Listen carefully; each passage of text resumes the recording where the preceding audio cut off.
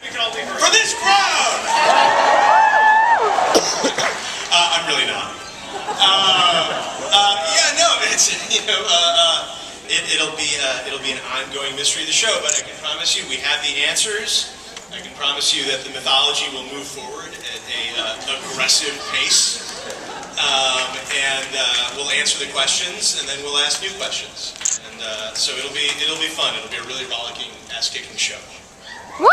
One of the things about the show that you were talking about is sort of like your previous show. You're going to be moving around. I mean, they're sort of nomads now. They're on their way to sort of find the answers. So. Yeah, it's a big epic quest. It's a big mythic Joseph Campbell story. It's the whole point.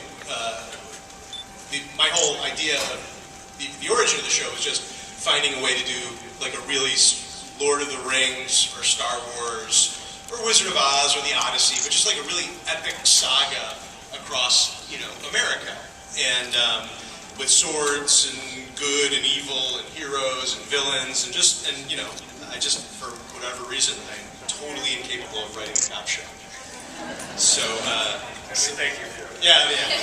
But I think the other thing that you've mentioned in the past is sort of, and you look out at this crowd and how many phones are recording you right now. How many YouTube videos are going to appear in the next day or so, and sort of how this culture, society now, sort of inspired a little bit of this story. Yeah, and it's really, we think we stumbled onto a really compelling what if, in terms of if this wasn't caused by nuclear war or disease or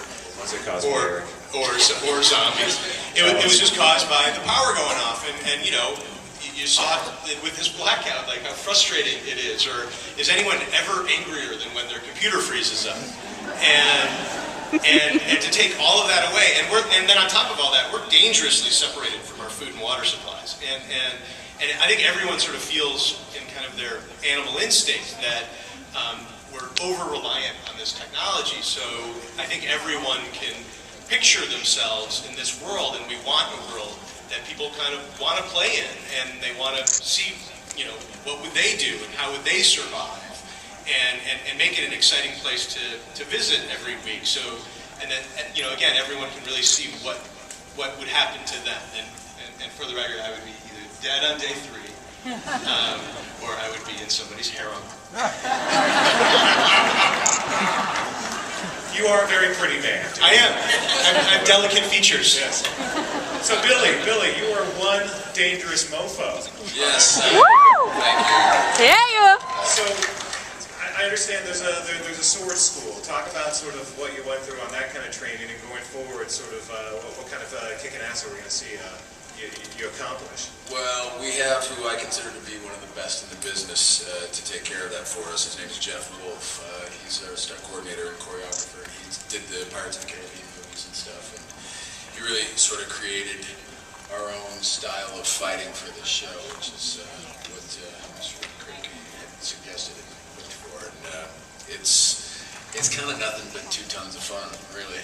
I'm having so much fun doing it. Yeah.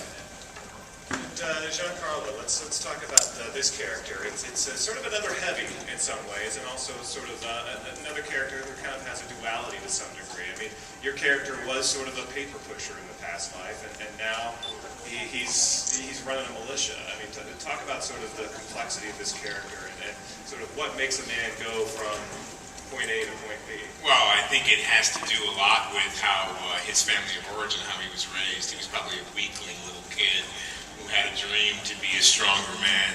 And when he realized that being an insurance adjuster enabled him to be a master at reading people's body language, and he understood when people were lying to him, he transferred that when the power went out, into figuring out how he could be more powerful as a human being.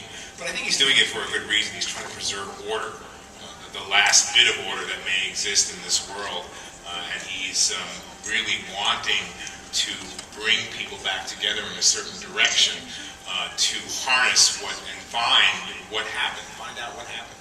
But he's also, chasing and being chased. So the adventure continues. We love you! Thank you.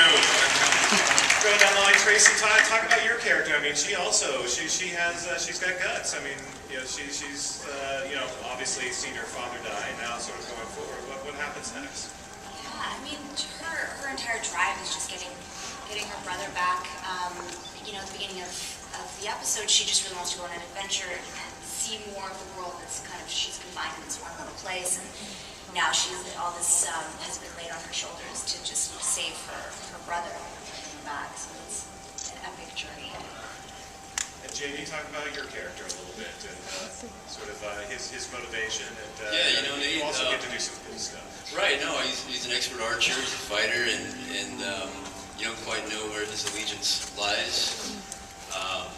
He's going on the same journey, but, he's interrupted when he meets the beautiful girl.